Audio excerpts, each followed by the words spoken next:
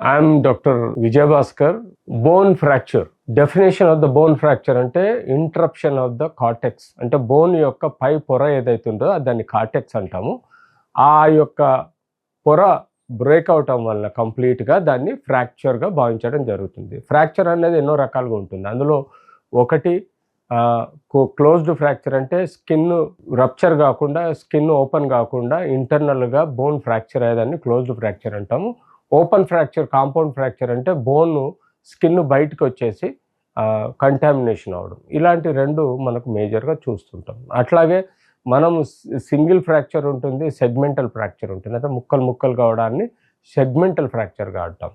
So ఇలాంటి fractures మనకు జరిగినప్పుడు ఎక్స్రే పరంగా ఎంఆర్ఐ సిటీ స్కాన్ ద్వారా మనం కొంత అసెస్ చేసుకోగలుగుతాం.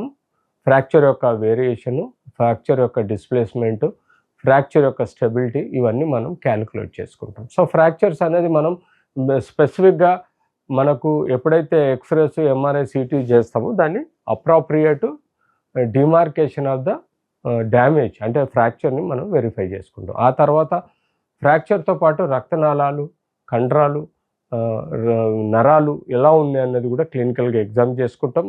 సపోజ్ ఈ ఫ్రాక్చర్స్ వలన ఏదైనా నరం దెబ్బతిన్నా, రక్తనాళం దెబ్బతిన్నా ఇమీడియట్లీ వాస్కులర్ సర్జన్ కానీ న్యూరో సర్జన్ ద్వారా మనం అది రిపేర్ చేసుకోవాల్సిన అవసరం ఉంది. సో ఫ్రాక్చర్ ఎన్నో రకాలుగా మనం యూజువల్గా అన్డిస్ప్లేస్డ్, అంటే ఫ్రాక్చర్ జరగకుండా ఒకే చోట ఇరిగి ఉండి కరెక్ట్ అనాటమీ మెయింటైన్ అయి ఉంటే మనం వీలైనంత వరకు ప్లాస్టరు, పిఓపి అంటాము, ప్లాస్టర్ ఆఫ్ ప్యారిస్ ద్వారా పట్టీ వేసేసి ఒక జాయింట్ పైన ఒక జాయింట్ కిందన పట్టి వేసేసి దాన్ని ఇమ్మొబిలైజ్ చేస్తే 4 to 6 వీక్స్ లోపల, పిల్లలలో 4 వీక్స్, పెద్దవాళ్ళలో 6 వీక్స్ వరకు మనం ప్లాస్టర్ ఉంచటం వల్ల అది ఫ్రాక్చర్ న్యాచురల్గా అతికే ఆస్కారం ఉంటుంది. కానీ కొన్ని ఫ్రాక్చర్స్ డిస్ప్లేస్డ్ ఉంటాయి.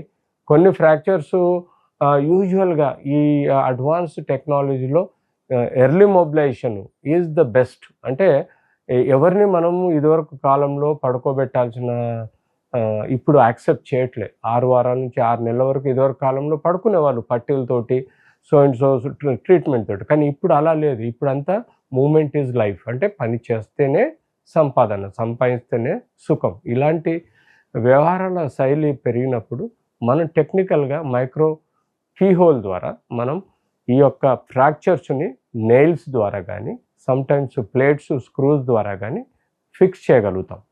సో ఎప్పుడైతే మనకు ఇంటర్నల్గా ఓపెన్ చేయకుండా, ఓపెన్ చేసి మనం ఇంటర్నల్గా ప్లేట్స్, స్క్రూస్, నెయిల్స్ ఫిక్స్ చేస్తామో అది 100% అనాటమికల్ పొజిషన్లో ఉంటుంది.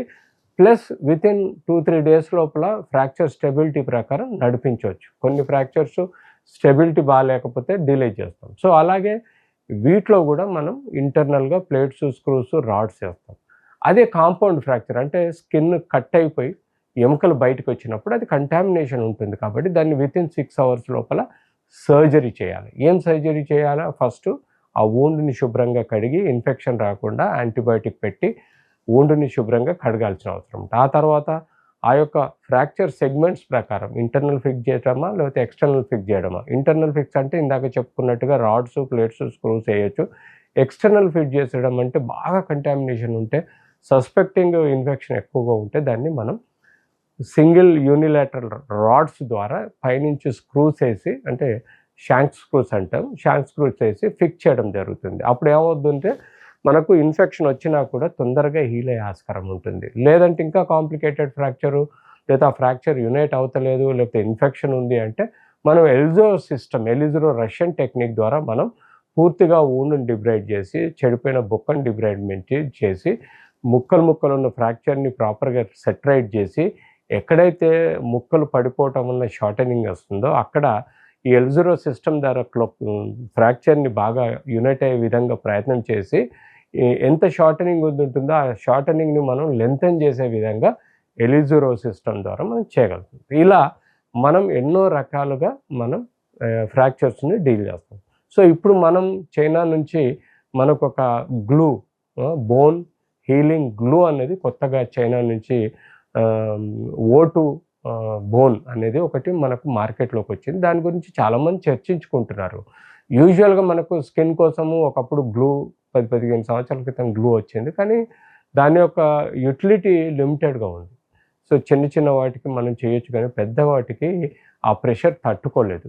కానీ బోన్ గ్లూ ఏదైతే ఉందో యాజ్ ఇట్ ఈస్గా ఇది బయోడిగ్రేడబుల్ బోన్ గ్లూ, దీనికి స్టెరైల్ ప్యాకింగ్స్లో వస్తాయి కాబట్టి ప్రాబబ్లీ బోన్ లోపలికి ఇమిడించినప్పుడు అది గట్టిపడ్డప్పుడు ఇమ్మీడియట్లీ ప్రాబబ్లీ అది మనకు ఒక కాగితము ఏమైనా మనం అతుకు పెట్టినప్పుడు ఎట్లుంటుందో అట్లే బాండ్ ఉండొచ్చు. కానీ సమ్టైమ్స్ ఆ గ్లూ వలన బోన్ గ్రోత్ పెరిగి ఆ ఎముక అతికే ఆస్కారం కూడా తక్కువ ఉంటుంది. సో గ్లూ యూటిలిటీ అన్నది ఒక సైడ్ చూస్తే ఇమీడియట్లీ రిజల్ట్స్ అనిపిస్తుంది, కానీ స్టెబిలిటీ ఉండదు, బరువు మోసి తొందరగా నడవలేని పరిస్థితిలో ఉంటుంది.